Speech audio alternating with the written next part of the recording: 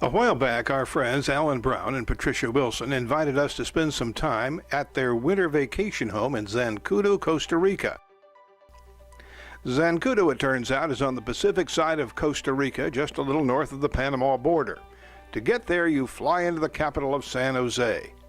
Then you walk out of the airport, down the street, and to a noticeably smaller aircraft. Sansa Airlines runs these 12-passenger planes into the interior, over the mountains and down the seacoast. You get really up close with your fellow passengers, and the pilot, and the co-pilot. You fly into the town of Golfito. That's the Golfito Airport Terminal right there. Golfito is where you catch the water taxi to Zancudo, through the mangrove swamp. And yes, that's a dugout canoe. You are not in Peoria anymore.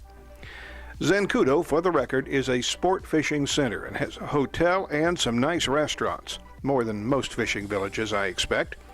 There's also a 6-mile-long beach, which, because Zancudo's in a bay, doesn't get hit with huge ocean waves. Ellen and Patricia had rented this oceanfront home in Zancudo for $800 a month. The lower level for storage and an outdoor shower when you've come off the nearby beach. They and the dogs get around in an ATV.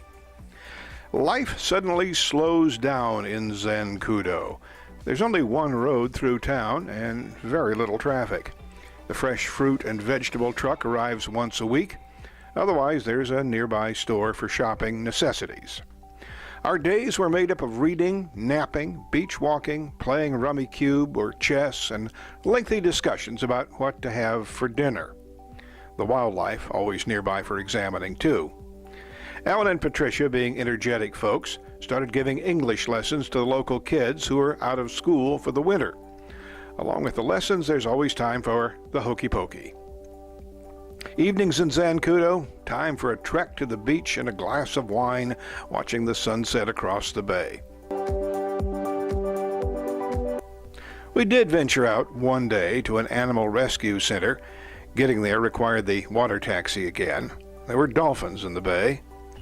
Many of the animals here can't be released back into the wild because of injuries or because they'd be attacked as outsiders. That's Martha holding a baby sloth. We'd never thought of a sloth as a pet, but they are cute. Another day, another lunch at a restaurant specializing in Costa Rican dishes, another sunset on the beach.